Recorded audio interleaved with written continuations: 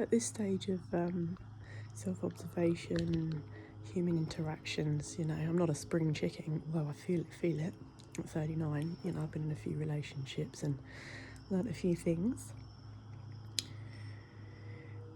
Love is wild, love is passionate, and love is a risk, because it is bound to be painful, and doesn't need to be difficult, but pain can come in the form of people needing to be at a distance for a while, or I was channeling a message before about meeting people at different moments of their life when they might have been hermiting or celibate for X amount of years, and then you come along and it's just a thunderclap. Augustus Pablo, because his energy comes through strong anyway. Sorry, that's a tangent. That's just, I think living in truth is the only way that we will feel satisfied at a soul level, and where longing and loneliness don't become hindrance. They are just feelings that we feel because we know a love is real, or we know ourselves, we know you're going to be in love with someone forever. These are quite new things to me, because I think, when you go back in the past and you think of sort of infantile, immature relationships, and then you get to the point where you think, oh, fuck, like this is the level up, this is the adulting, this is the someone's not going to give up on me, or I'm not going to give up on somebody. I think any time I got into a relationship, I'm a very loyal person, and so for me, I don't date unless it's for the long haul, really. I've done all the party days and all the funny wild days when I was younger, and my understanding of energy has changed a lot, and so that's why I'm not out dating here now at the minute. I've taken time to honour and live through this path of celibacy for a year now, and some people have done it for much longer. It's not about me in any sort of comparison. It's for me, it's very, very hard. I'm a love language, tactile sort of person, and as I said before, it's not about going around spreading your seed, but it's I think intimacy is one of the most beautiful connections in a relationship, and being able to be sensual and close with somebody is part of what can activate positive emotions that may take us out of a point in our life where things were low, where things were maybe perhaps chaotic, even if that person had found like peace inside. And so a rich life is a well-lived life, and that is full of experiences. Experiences, not things, are the things that we take into the next life, the lessons from this physical realm experience. And I'm not saying anything new, we all know this, but it's a reminder to myself as well, 4:04 on the clock, that what are we prioritising now? Like, what are we prioritising in our relationships, in our lives, in our day-to-day lives, for the bigger vision, for the goal? Now, if people don't have goals and all that, that's okay, because ultimately life isn't about goals, it's like lived experiences. But in order to create and shape our reality in the ways that we would like, if we are moving away from a life we've lived that doesn't resonate with us anymore, and relationships that never really satisfied us at a soul level, we were almost in resistance because of unhidden truths, people lying and stuff. So when I feel like two adults find a connection, that is quite powerful and magnetic. I've now realised that never goes, that never dies. That is part of crazy wild love that can exist between past life. I believe in reincarnation because the energies and the visions that I've been having for the past couple of years as I've delved more into this is just beyond comprehension. You know, I think people like to use science as a basis, but this is beyond explanation, and I'm okay with that. I have to go with what I feel, and I think it's probably one of the hardest things in life is love,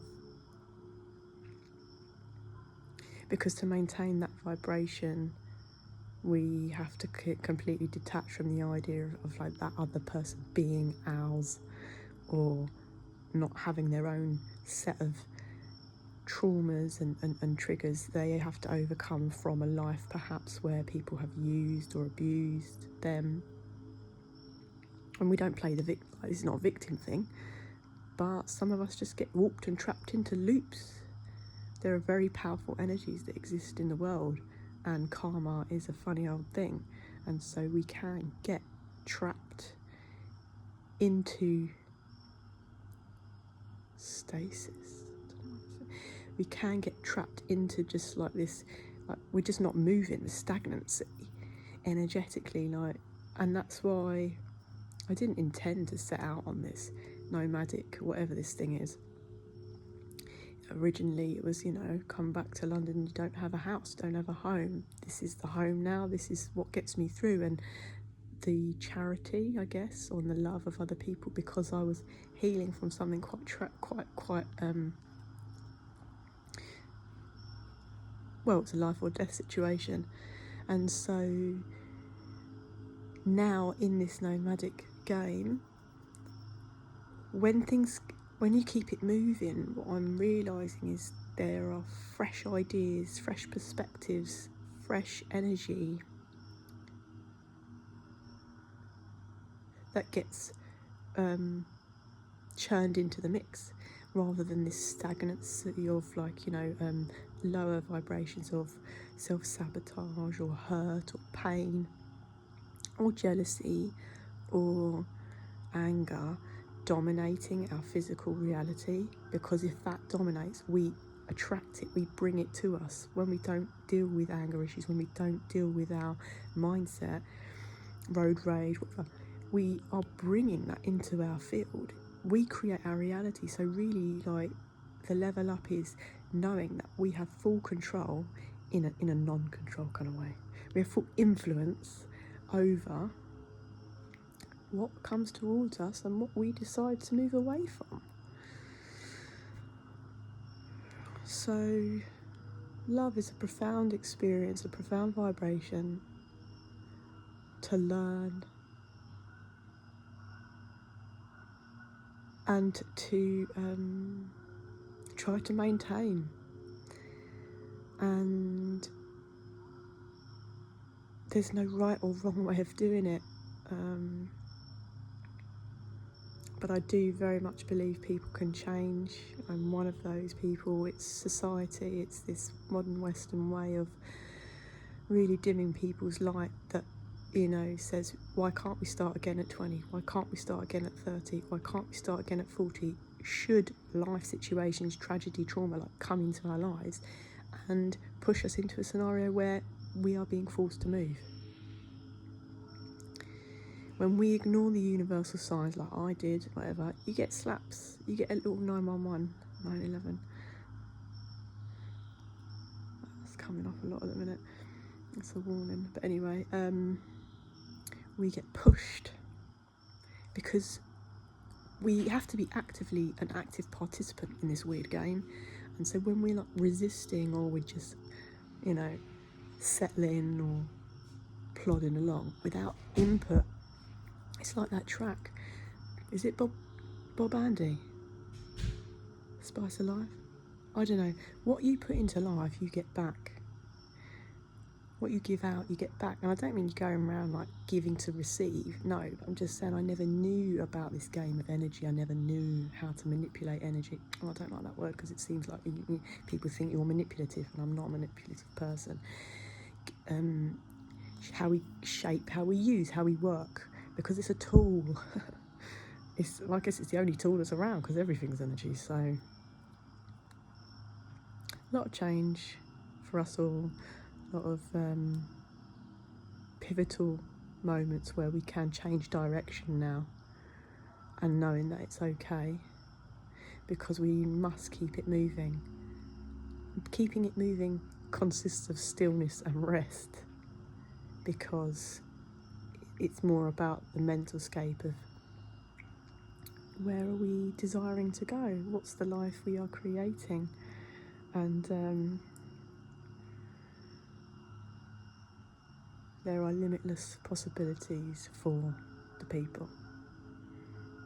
We've all just got to come together in our own little ways. And again, as I said, not being friends with people that we don't resonate with anymore or whatever, but leading with our hearts in our own little ways, in our own little sphere of influence, and seeing the bigger picture, not getting lost in the detail. In the detail, I think that's it. So I don't ever want to give up on love as a vibration, as a connection between me and other people, another person, the person, my person.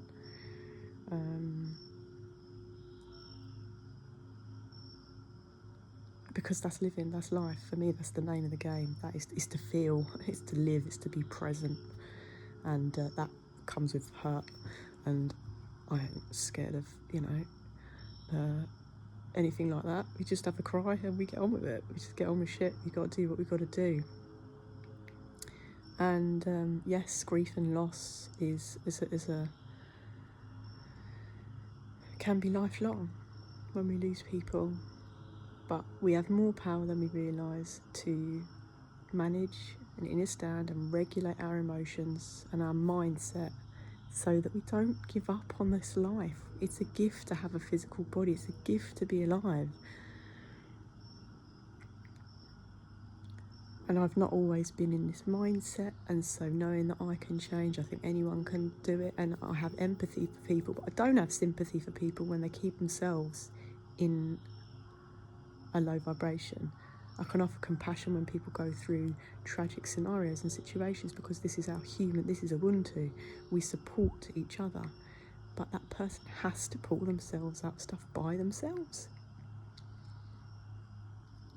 We cannot save people. Love can save people, but that is love of self first, because then the vibration outward attracts everything else that is of that high vibration, high caliber. So these are times to really, really, really, really live in love. It's hard. Really be patient. Really lead with the heart, because we're getting tested. We're getting tested a lot. Big tests. So you find your people. We share how we're going to share. But we've got to know we're number one. We've got to know that this is our reality. Excuse me, and we're creating it. And it's limitless possibilities for the people.